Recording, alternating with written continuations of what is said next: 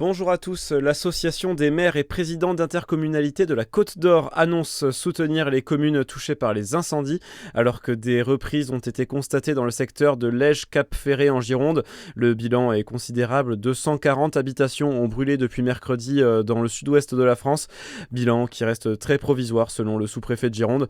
La MF 21 va passer les prochains jours à sonder les besoins des communes sinistrées pour pouvoir ensuite demander de l'aide aux maires de Côte d'Or.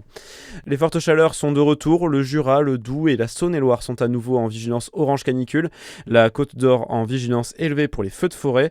Bref, la région n'est plus épargnée par les incendies, des feux qui se multiplient, granges, champs et même des forêts. À Saint-Romain, Monceau et Écharnant et Nuits-Saint-Georges par exemple, plus de 70 hectares de végétation ont brûlé ces dernières semaines en Côte d'Or. Des zones classées Natura 2000 sont parties en fumée.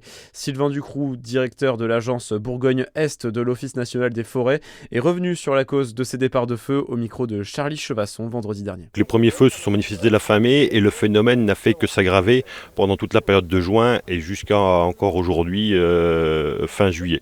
Il faut rappeler que la grande majorité des feux, plus de 9 feux sur 10, sont d'origine humaine et sans surprise, le nombre de feux est plus important dans la portion sud du département, notamment ici dans la partie au sud de Beaune, qu'elle ne l'est par exemple dans le nord de la Côte d'Or, dans le Châtillonnais, au cœur du parc national des forêts. On observe très peu de départs de feu, sans doute lié au fait que la pression humaine y est beaucoup moins importante dans ces zones moins peuplées. Et on le redit, les départs de feu qui sont de nature humaine dans 9 cas sur 10. À Chalon-sur-Saône, une rave party illégale a été délogée par les forces de l'ordre juste après la fin du festival Chalon dans la rue. Environ 500 personnes se trouvaient à l'intérieur du site et 1500 tentaient d'y accéder selon la préfecture. Les organisateurs ont accepté rapidement de mettre fin à l'événement, mais plusieurs groupes hostiles ont érigé des barricades et jeté des projectiles sur les forces de l'ordre. Des CRS ont dû être mobilisés pour définitivement mettre un terme au rassemblement. Des restrictions de circulation lundi et mardi prochain en Côte d'Or autour de Dijon et Gevrey-Chambertin. Plusieurs déviations vont être mises en place à l'occasion de la 4e étape du Tour de France féminin prévue le 4 août. Ce sont principalement les villes départ-arrivée ainsi que Marsanne-la-Côte, Corcelles-les-Monts, Brochon et Fixin qui sont concernés.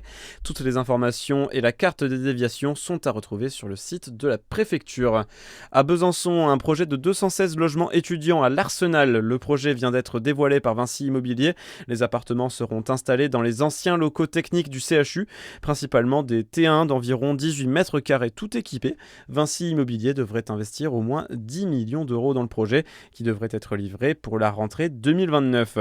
Et en basket, le programme de la phase de préparation de la JDA qui est acté. 7 matchs amicaux et 2 tournois au programme du mois d'août et de septembre, avec un premier match le 26 août, ce sera contre Vichy, et un tournoi à Chalon-sur-Saône le 29 et le 30.